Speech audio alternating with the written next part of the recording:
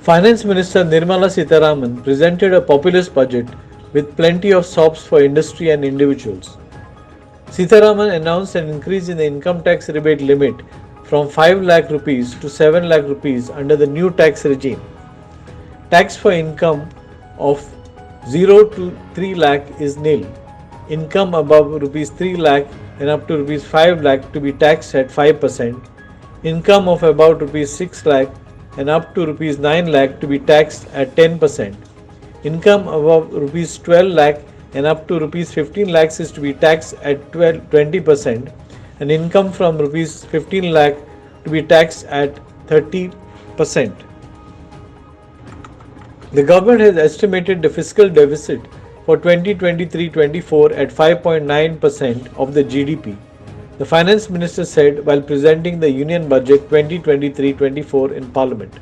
Finance Minister added that the government remains committed to bringing the fiscal deficit down to 4.5% of the GDP by 2025-26. The capital investment outlay has been increased by 33% to rupees 10 lakh crores, which will account for 3.3% of the GDP. In a boost for states, the Finance Minister has said that the 50-year interest-free loan to state governments will continue for a year more. The Niti Aayog State Support Mission will be continued for 3 years, she added. The budget 2023-24 focuses on 7 priorities which the Finance Minister called Saptarishi, guiding us through Amritkal: inclusive development, reaching the last mile, infrastructure and investment, unleashing the potential, green growth, youth power and financial sector. From Goa's point of view and the tourism point of view, budget announced 50 destinations will be selected through the challenge mode. An app will be created to enhance the tourist experience, and the focus will be on domestic as well as foreign tourists. Goa could also benefit under the Dekho Apna Desh scheme and the Vibrant Village scheme and the Unity Mall One District One Product scheme. In terms of indirect taxes, electric kitchen chimneys, articles made of gold, platinum, silver bars and articles, copper scrap, compounded rubber and cigarettes have become costlier, while cameras, lenses of mobile phones, parts of open cells of TV panels, denatured ethyl alcohol, acid grade fluorspar, domestic manufactured feed for shrimps and seeds used in manufacture of artificial diamonds have become cheaper. The first one concerns rebate. Currently, those with income up to 5 lakh do not pay any income tax in both old and new regimes. I propose to increase the rebate limit to 7 lakhs. I propose to increase the rebate limit to 7 lakh in the new tax regime. Thus, persons in the new tax regime with income up to 7 lakhs will not have to pay any tax at all. The second proposal relates to middle-class individuals. I had introduced in the year 2020 the new personal income tax regime with 6 income slabs starting from 2.5 lakh. I propose to change the tax structure in this regime by reducing the number of slabs to 5 and increasing the tax exemption limit to 3 lakhs. The new tax rates are 0 to 3 lakh, nil. 3 to 6 lakhs, 5%. 6 to 9 lakhs, 10%. 9 to 12 lakh, 15%. 12 to 15 lakhs, 20%. And above 15 lakhs, 30%. This will provide major relief to all taxpayers in the new regime. An individual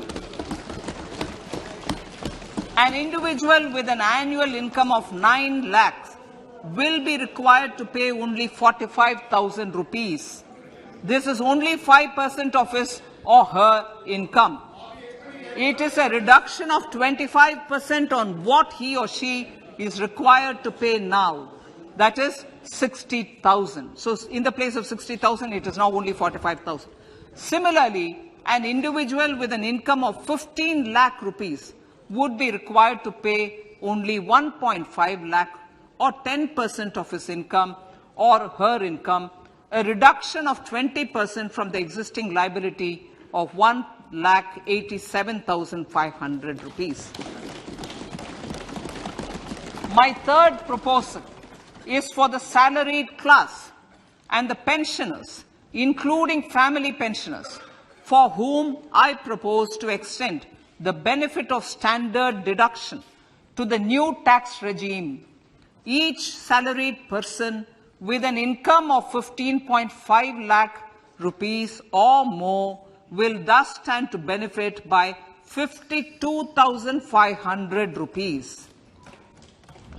My fourth announcement in personal income tax is regarding the highest tax rate, which in our country is 42.74%. This is among the highest in the world. I propose to reduce the highest surcharge rate from 37% to 25% in the new tax regime.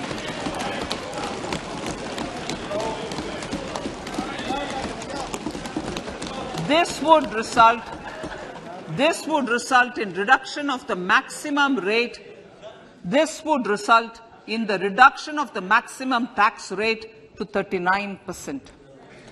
Lastly, the limit of 3 lakh rupees for tax exemption on leave encashment on retirement of non-government salaried employees was last fixed in the year 2002, when the highest basic pay in the government was only 30,000 rupees per month.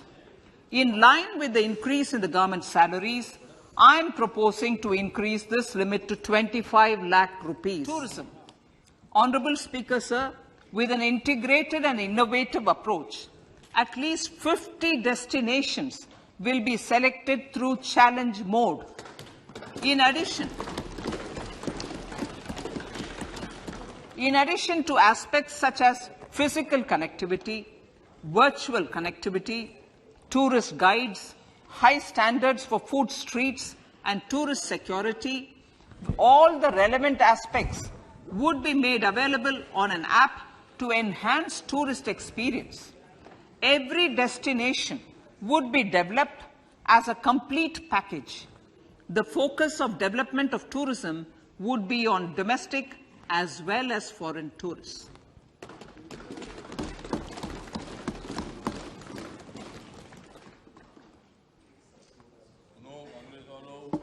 Sector-specific skilling and entrepreneurship development will be dovetailed to achieve the objectives of Dekho Apna Desh initiative. This was launched as an appeal by the Honorable Prime Minister to the middle class to prefer domestic tourism over international tourism. The integrated development of theme-based tourist circuits, the Swadesh Darshan scheme, was also launched. Under the Vibrant Villages program, tourism infrastructure and amenities will be facilitated in border villages. Unity Mall.